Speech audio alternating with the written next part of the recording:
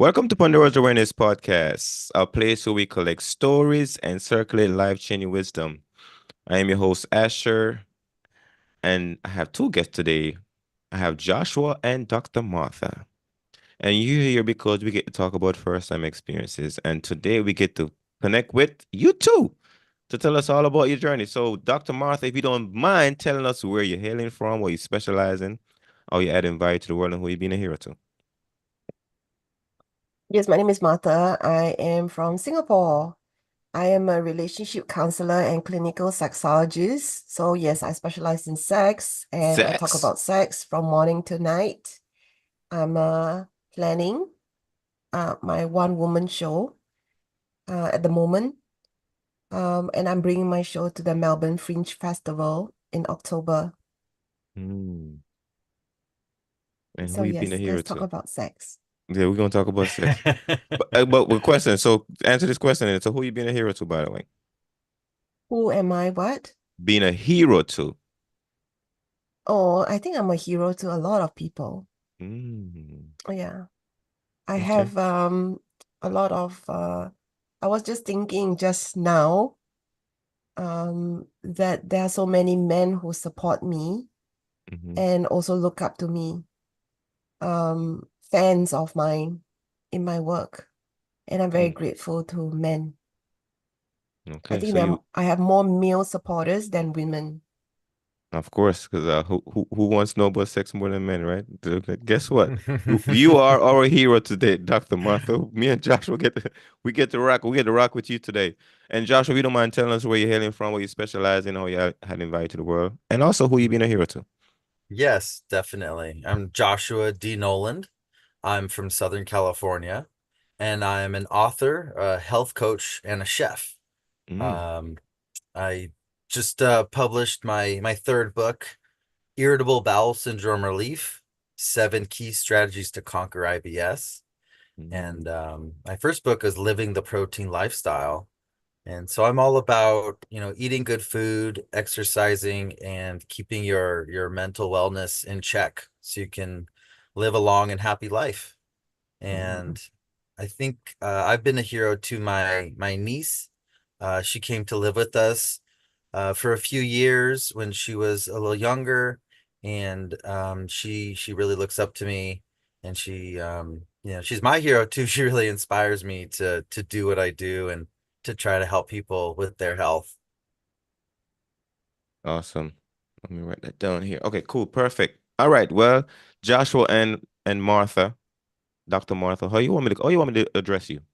That's fine, Martha, it's fine. Martha is fine. Okay. Martha, we get to chat. All of us get to chat today. That's California and Singapore and Hartford, Connecticut. We get to have a conversation today. And so we was talking earlier, but I want to learn about Singapore a little bit before we jump into some specifics. So if you can tell us a little bit about what in your location that we need to understand over here in America that you guys just kind of maybe take for granted or not take for granted.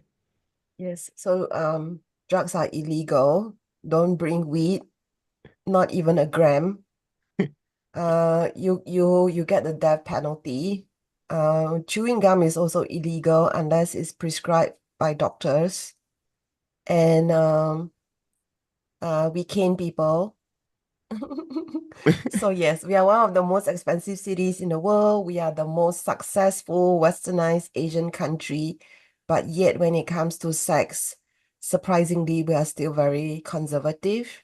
Mm, And I don't get a lot of opportunities, unlike my other colleagues in the US, to be in the like radio and all that. I don't really get that many opportunities to be in the mainstream media because there's a lot of censorship around sex. mm, So that's the reason why I put out my own podcast, but I stopped. And also, I have 2,000 videos on YouTube. I have 4 books. So I do a lot of all this work to get the word out there about sexuality. And that is also one of the reasons why, after 15 years of being a sexologist, I decided to do my one-woman show. Um, if you do something for so long, no matter how passionate you are, you do get very, very bored about it. And so this show is about just doing things in a different way. So yeah, that's Singapore anyway. Hmm. Okay, so let me get curious a little bit more. So you're saying that the sex your work in Singapore is censored in certain ways, and so why is it important for you to get this information out to the world? Like, why is it so important to you? Um, the thing is, I feel that sex is like the last frontier of being an adult.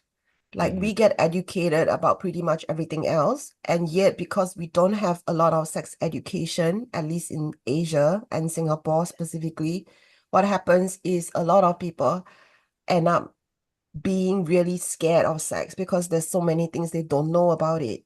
And it starts to affect them in so many different ways, in their ability to speak and express themselves in their relationships, and also towards being very judgmental to other people.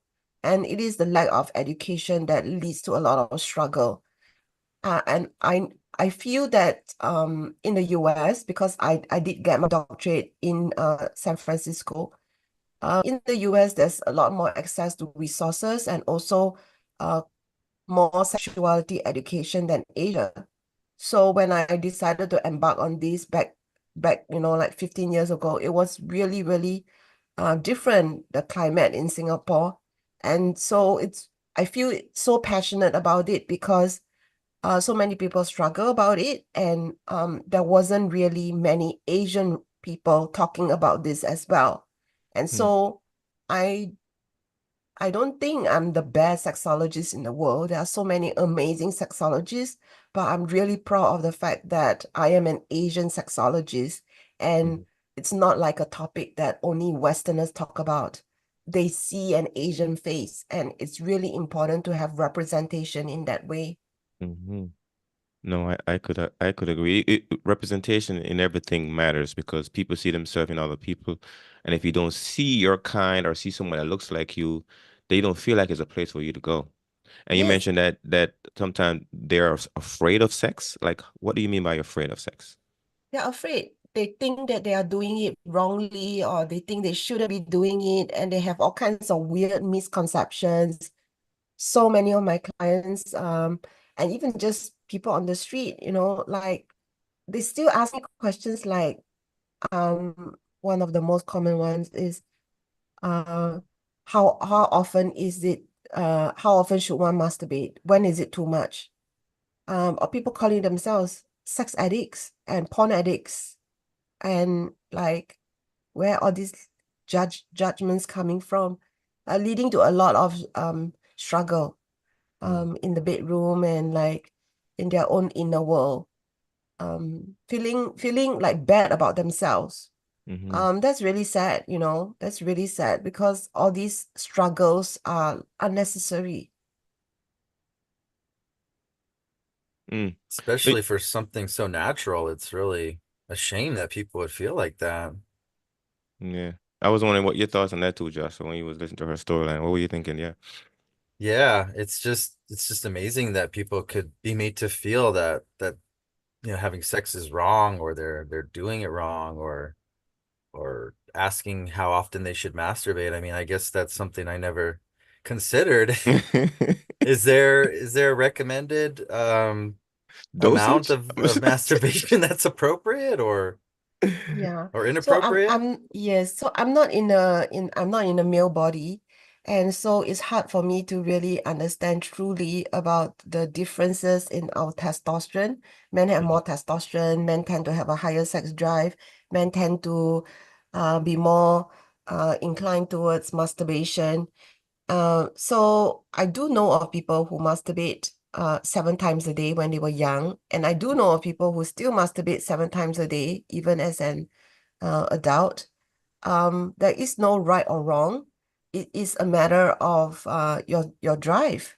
A Mm-hmm. lot of people, however, masturbate not because they feel like it. They masturbate as a way to release stress, Mm-hmm. uh, as a Yeah. way to um, do something because they were bored or nothing better to do, or sleep better or go back to sleep.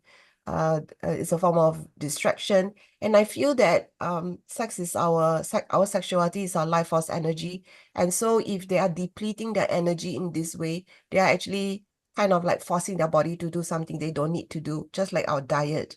When we overeat, we know, there are consequences, we gain weight. But when you keep depleting your sexual energy that way, I also know of people who really experience some other spillover effect, like not having a sex drive, not wanting to have sex with their partner, and finding masturbation a retreat and an escape. Mm, So I don't think that there's anything wrong with that, but I want to support clients to be able to um, understand that what they are doing may not necessarily be supporting their goals or their lifestyle, and also alternative ways to express their sexuality so that it's not in the same way all the time. Like it can be something that can be fun, that can be creative, that can be playful, and they can channel their sexual energy towards their projects, towards world peace. So I'm talking about sex magic.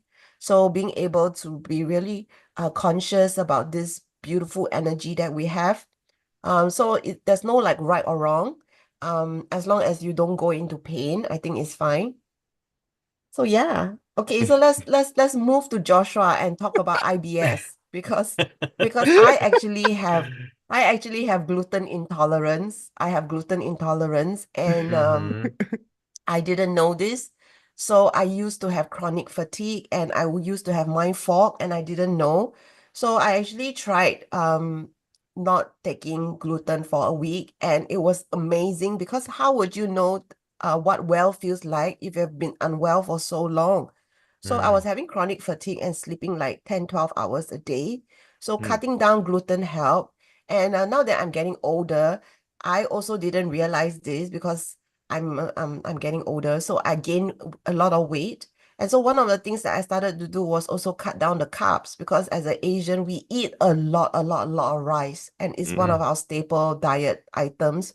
So what happened was eating so much rice was also not good for my body, and we have different brands of rice, and it didn't occur to me that my body was not suitable with certain rice, because certain rice is also like has some kind of arsenic kind of effect to it, and it was not reacting well to my body. So cutting down rice also helped my energy. Maybe you have mm-hmm. something to say about that. Yeah, definitely. A lot of people are sensitive to gluten or just to grains in general.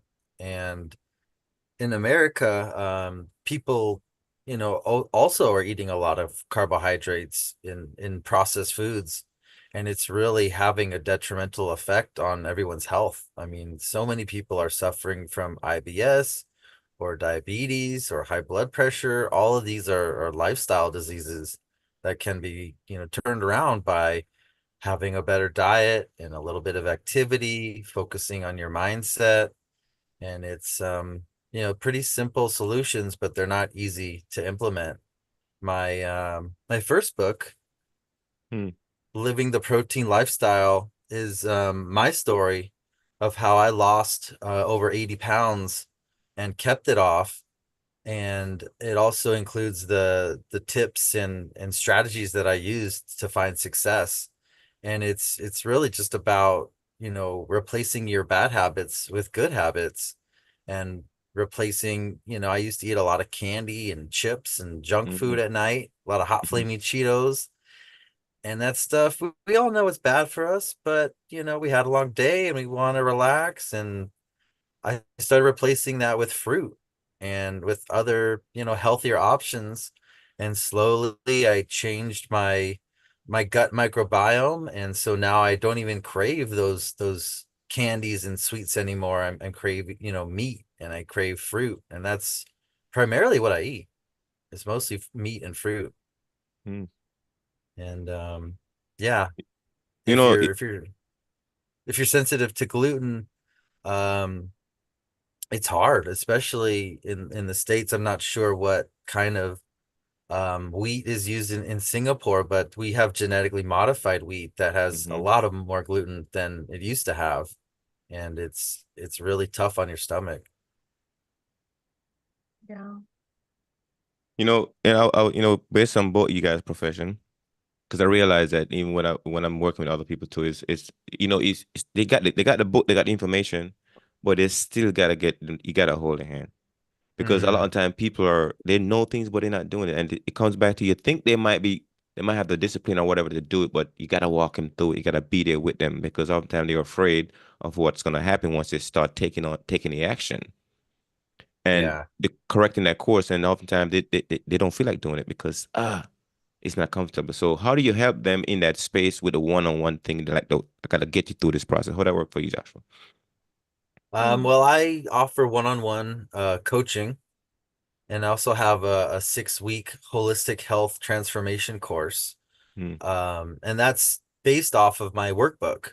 The workbook, the Protein Lifestyle Workbook, is based on the original book, Living the Protein Lifestyle, but mm-hmm, it's a step-by-step guide to help introduce these new concepts to people one at a time.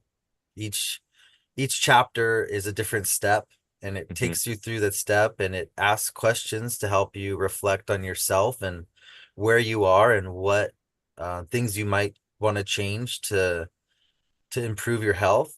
And it includes action steps to get started, and it also includes resources for additional information.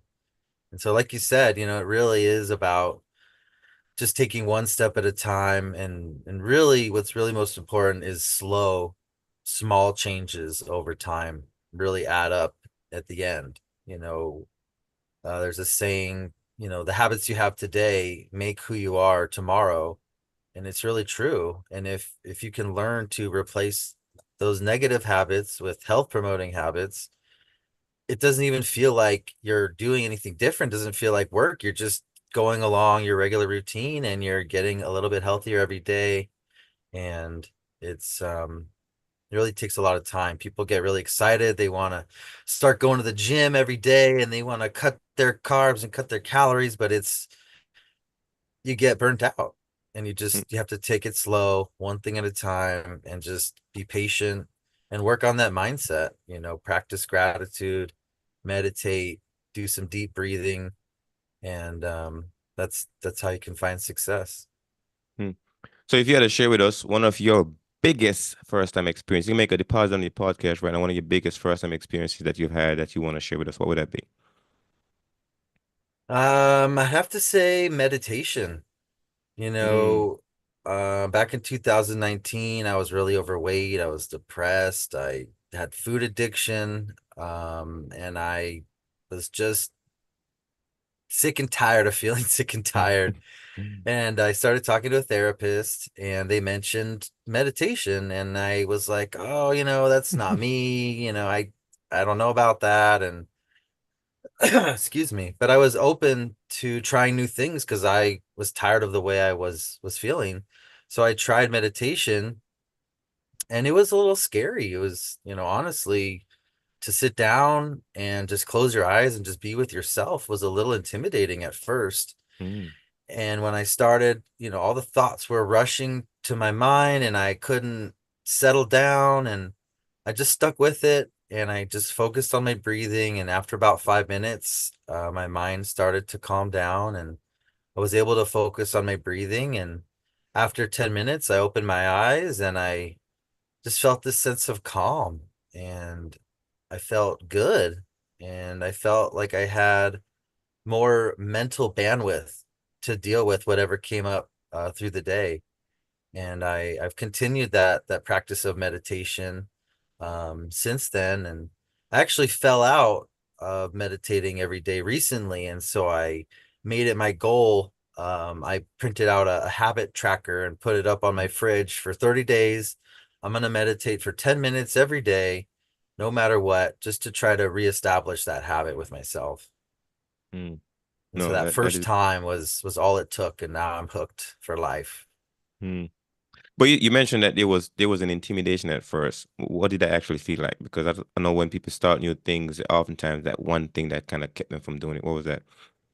Yeah, just being alone with your thoughts, and just letting them come to your mind. And it's it seems silly, but if you haven't done it before, it can be scary just to we're constantly distracted all day long, every day with social media, with, music, TV, friends, just, doing stuff. And just to sit down and really be alone with your thoughts, it can be scary at first. Hmm. Yeah. You got any scary thought, Dr. Martha, you want to share? First time I experience. have lots of scary thoughts. I also can say lots of scary things. I just want to add to what Joshua is saying and want to acknowledge who you are and your struggles, and you came through the end of it, and also how beautiful you are, like as a person, and everything that you're sharing, your presence, your energy. Um, I do want to add that I also meditate a little bit every day because I feel as somebody who gets bored really easily, you have to meditate in a way that works for you. And so when I first started meditating, I didn't feel anything. I didn't see anything. I didn't feel anything for months. For months, I didn't feel anything. Why would anyone do anything if they didn't feel a difference? But that was what was happening to me. And I was comparing my meditation experience with the experiences of other people that are Mm, in the class, that they see visions and amazing things and all that. And once I Mm, stopped comparing and just let it go, all the things that I was supposed to see and feel started to come up. It was this comparing that is totally unnecessary, but it took a lot of practice for it to get easier and to stop the comparing, because I was undermining my own experience by comparing and dismissing myself. Like, oh, mine is not as big or not as whatever life-changing as other people's. And so I want to acknowledge small steps. I really think small steps. So I always say this, I'd rather do something than to do nothing. So I will do my best, I let go of the rest. Also when I'm very hard on myself, life is a journey, it's not a race. So things mm, like that has helped me to mellow down and to be more compassionate towards myself, because it really doesn't serve us to beat ourselves up. We start to parent ourselves the way we have been parent. And so, and especially worse for Asians, because we are so hard on ourselves. And it got to a point in my life that I was actually in paralysis, like I couldn't move forward no matter how hard I was blaming and shaming myself. And then the cure was actually compassion. I needed to talk to myself in a way that my parents did not talk to me. mm, And healing that inner child helped me so much. And I'm no longer that person who is perfectionistic, who tries to, like get everything the down pat the first time. So yeah, I'd rather do something than to do nothing. And that helped me a lot. mm. Thank you so much for sharing that. You kind of struck a nerve a little bit, because I want to tap into your first time experience. If you had to give us one of your big deposit here for a first time experience that we got to know about, what would that be too? Yes, I want to talk about something scary. I want to talk about the first time I had sex. The first time I had sex. Okay, I'm very, very, very fortunate that I had an extremely positive first time sex experience. And you can say it's an accidental encounter. So what happened was I had penetrative sex for the first time with my second boyfriend, who became my first husband. I have two. So what happened was he came to me and said, oh, if we just, go right in and put the penis into the vagina, it's going to be painful. And I was like, really? Oh, the penis is big, right? That was like, really? Is yours that big? But I didn't say that. So we actually practiced with digital penetration, first with one finger, progressively over time, then two fingers. And it really was painful. It really was painful. It wasn't very painful, but it was painful enough for me to take him seriously. And so we would have what we call practice sessions, and we would make out, he would arouse me, and then we would do digital penetration, and we do a little bit each time. So we would do a bit, stop, do a bit, stop. And also we would celebrate every single session we had by eating, like, oh, okay, after this we go eat. So it was extremely loving. He was very, very encouraging. He never once raised his voice. He never once rolled his eyeballs. He always respected the way I felt, and there was nothing like wrong with the way I felt. And so it made me kind of, because when you're naked, you're so vulnerable, and it made me feel so reassured and loved and supported. And so it was extremely slow, extremely positive, and I call it the sweetest time of my life. And I wanted to share this because I just know that if I didn't have that first time sex experience, I wouldn't be the person that I am today. I wouldn't be comfortable with sex. I wouldn't fall in love with sex. I wouldn't feel that sex was an important subject that is so empowering that I want to support other people. And that kind of frame like how amazing sex can be, and I want that for other people. And that kind of became my life purpose. Mm. And it's really, really heartbreaking for me when I meet clients who don't enjoy sex, who don't know pleasure, who had a painful, traumatic first time sex experience, and that framed for them what sex is and what Mm-hmm. sex is always. And so because I had such a privilege in having such an empowering experience, that's kind of the reason why I really want to support people who didn't have what I had. And yeah, that frames my passion. So I now start to call myself the village elder because I have so many clients who are fearful of sex, who don't know how to have sex, and struggle with it. So yes, so that's my first time experience that I wanted to share. Thank you so much for sharing that. And I don't know, me and Joshua, we're gonna have to wrap on this one a little bit because you know, but you're right about sometimes some women have very traumatic first time experiences, some men too. Because sometimes it could be embarrassing, and the embarrassment part of it kind of like have you think a certain way for a while, and sometimes it could be painful. So I'm assuming that you probably encounter your clients with different polar opposite of the process where it might be very good and they become a real addict, or it might be in a certain way where they might be molested, like different ways that the sex happens for them. And so, what are some of the people that you talk to that you're like, okay, these are the people I really want to be a hero to? I'm hearing it coming out of you so far, Dr. Martha, but what are those people that you really want to be a hero to now? Yeah, it's true that I do have a lot of clients who were raped, really, Mm-hmm. and men also. And it's really unfortunate that their first time sex experience was very accidental and it wasn't positive. And some people some people feel it's just something to get rid of, and they regret how it played out. Um, so I know we cannot change the past, but we can heal whatever we need to heal and take ownership, like how Joshua take ownership for his health. Mm-hmm. And sometimes it's not easy to acknowledge the pain and the grief that came up. So yeah, talking to people like us who are helping professionals can help, and take back all the things that were taken from you, and take ownership. Um, we cannot change the past, but we can definitely take responsibility so that we can have a better future. And so when I have clients who struggle, I just want to um, hold them and just support them. Um, because I do get that, especially when it comes to sex, it's very difficult to talk about it.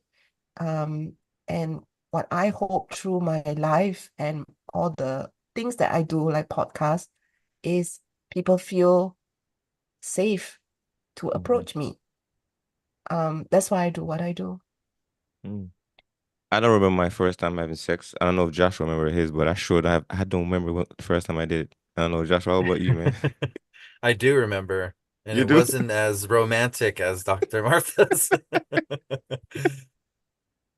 Yeah, it Uh, was very much this is happening, and I was all on board, and it was mm. over before I knew it. It wasn't any courting or any food celebration afterwards. No, that is Yeah. I don't remember mine either. I'm trying to think like when was it? I can't remember. It's been so Mm, long and yeah, probably wasn't that yeah. memorable. That's probably why I don't remember. But I do enjoy sex as a person. But here's my thing. I'm gonna say this right now because I told myself this like a year ago. I told myself that I would not have sex until my business make a million, however long that takes. And it had created this really discipline in me because now I get to focus on the things I want to do. Because I mean I've been divorced twice. I have my kid I've got the thing out the way. But now I'm focused on something different. So I'm like, hey, no sex until my business make a million, however long that takes. Now it gives me that real focus. And I know Dr. Martin, you was talking about earlier about like sometimes the kids, like some people do it to masturbate to do certain things because they want to focus all the other things. But I just put all my energy into like creating the ideas I want to put out in the world because I think I was reading something about I think it was Benjamin Franklin and he has like 13 principles or something like that. And one of those principles he had on there is it was about sex. It was like you got to find a way to control that piece of you, and you can really focus your energy into the work that you want to create. And I was like, yeah, that on the list of 13 principles, he had one of those on there. Like, stay away from this thing, or at least manage this thing because it will derail you on the thing you want to do in life. So I was like, oh, I'm going to jump into that one too. So I respect your work, Dr. Martha, and also Joshua. I respect what you do as well. Thank you. Thank you. And any other first time experiences? Um, let's see. Okay. All right. Well, if that doesn't pop up, Yeah. we can get back in the round. So I know I was thinking about the relationship piece of like intimacy because I was writing up my story a little bit and I remember in my history I was having a lot of relationship difficulties. And at first I thought it was around sex and intimacy, but it wasn't, it was something else. And I remember one of my first initial book journey, I picked this one book. It's called She Comes First. I don't know if you guys ever heard that book before. It's a book No. about you know the book, Dr. Martha? Of course, it's a Yeah, so bestseller. it's a bestseller. So I got the book and I was like, this is not what I'm looking for. I'm looking for because she said I didn't have empathy. So I was thinking I need to work on me, but I thought a book and the title was She Comes First. And I was like, oh, maybe I can figure out how to put her first, but it was more about sex. So then, you know that book, what Everything Men Know About Women? You know that book too, Dr. Martha? Say again. Everything Men Know About Women. Okay, it's a book. It's funny because in that book, right, when you open the book, the pages are all blank. So Oh, so that's why I don't know that book. so so the idea is around like man knows nothing about women, right? But it was very funny book. But it had me think about like how much do we think about when it comes to women and relationship and intimacy and so on and so on because we think we know as men, or women think they understand men, but it's like that hard place to balance out. So I know you do sex mostly, Dr. Martha, but do you focus on a relationship too? Yes, I do. I have seen some definitive differences between heterosexual men and women, Mm-hmm. and it is true that a lot of times they don't know how to communicate and they don't understand each other. Mm-hmm. Uh, I do want to share something very interesting. Um, the fixation that men have to get their partners to come, the fixation they have to make their partners have pleasure, Mm-hmm. um, because they think that if their partner enjoyed it more, they will want it more. Mm-hmm. And that's not true Mm-hmm. because we want something depending on how we feel like it. And sometimes we want it and sometimes we don't.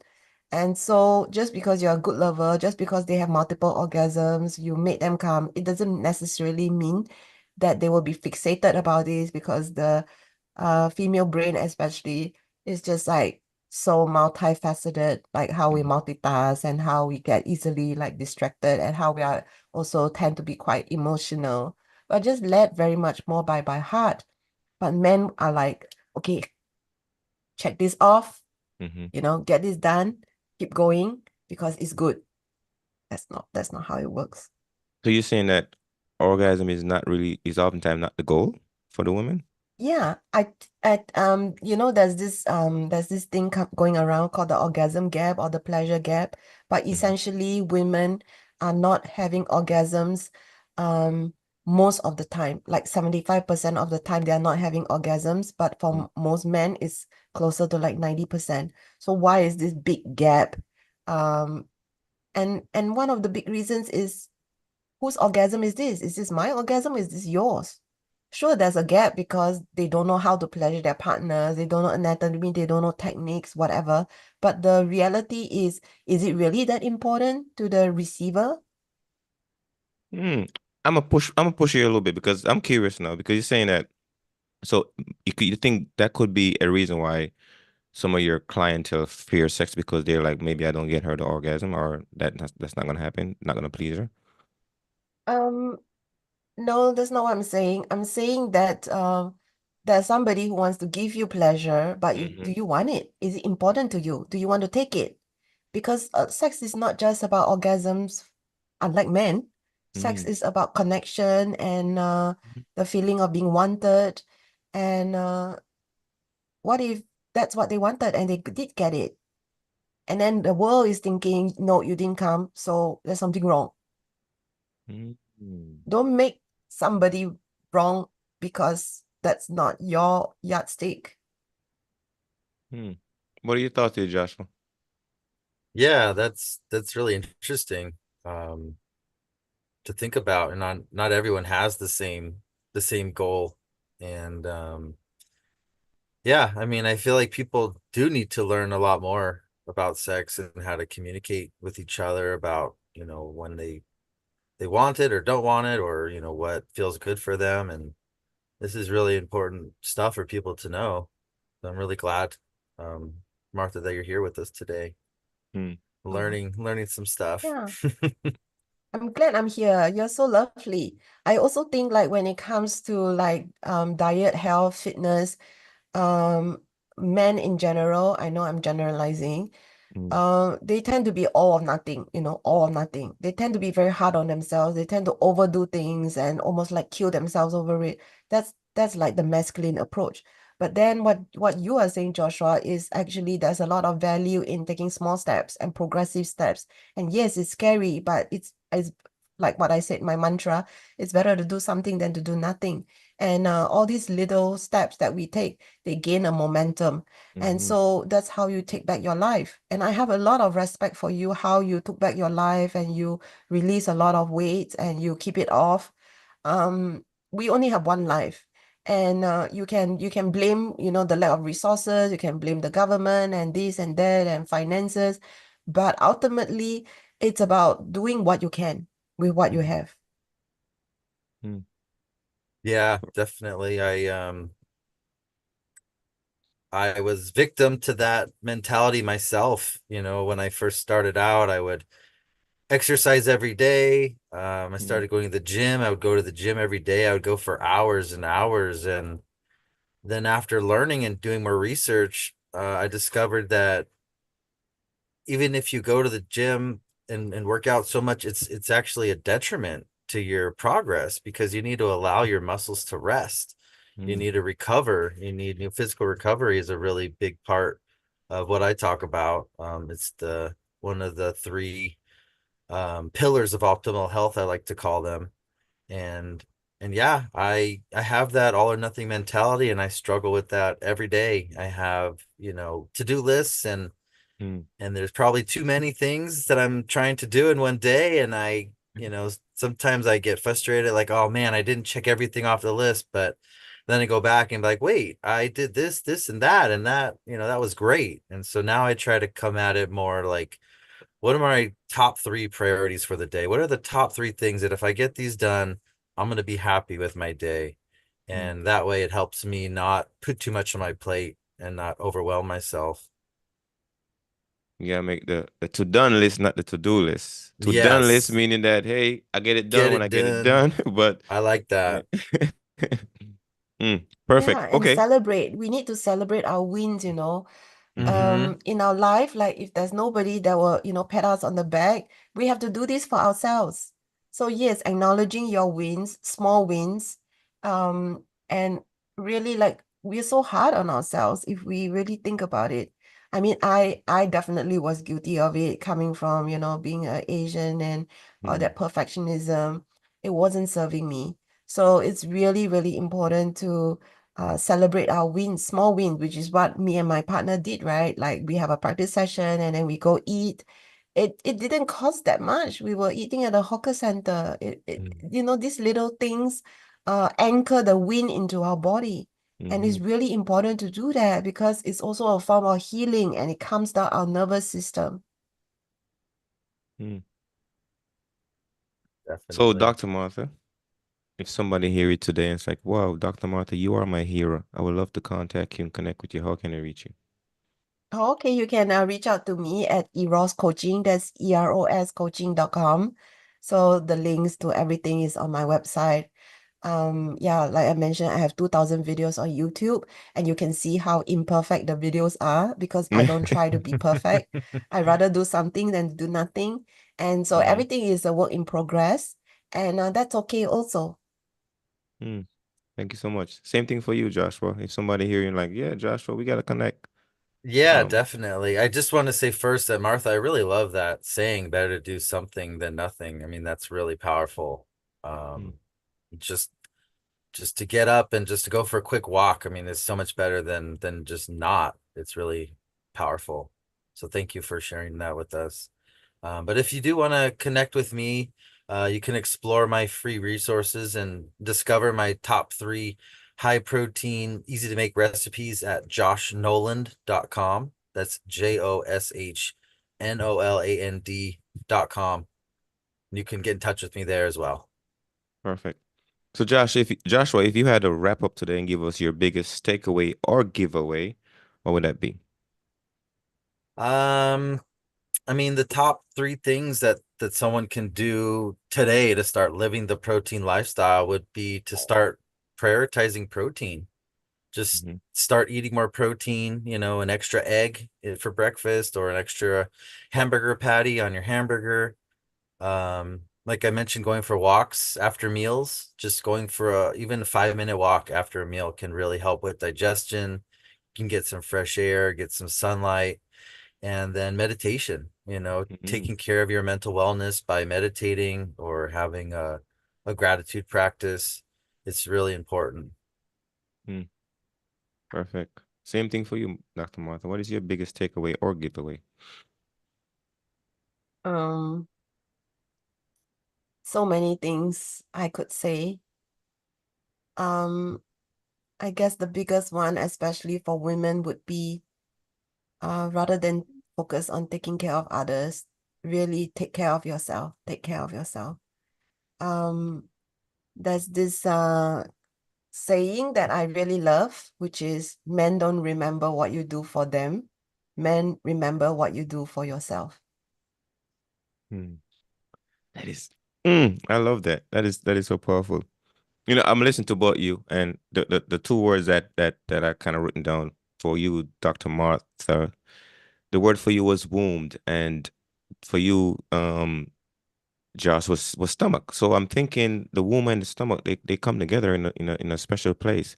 So I think Mm. both of you work together kind of really. I think it's very special because stuff happens in that area that people don't really pay a lot of attention to. And if you really start focusing on that area, your body, that location itself, there's a lot you can learn from it. You can understand about yourself when you focus on that area. So thank you so much for being part of the stomach and the womb conversation, the purpose in your life, and it's been beautiful hearing what you guys kind of connect. And I can see this kind of connection here. So I don't know, maybe you guys can connect and kind of do something together. Probably you guys can sync up, collaborate. Maybe that can happen too, because based on what you guys work.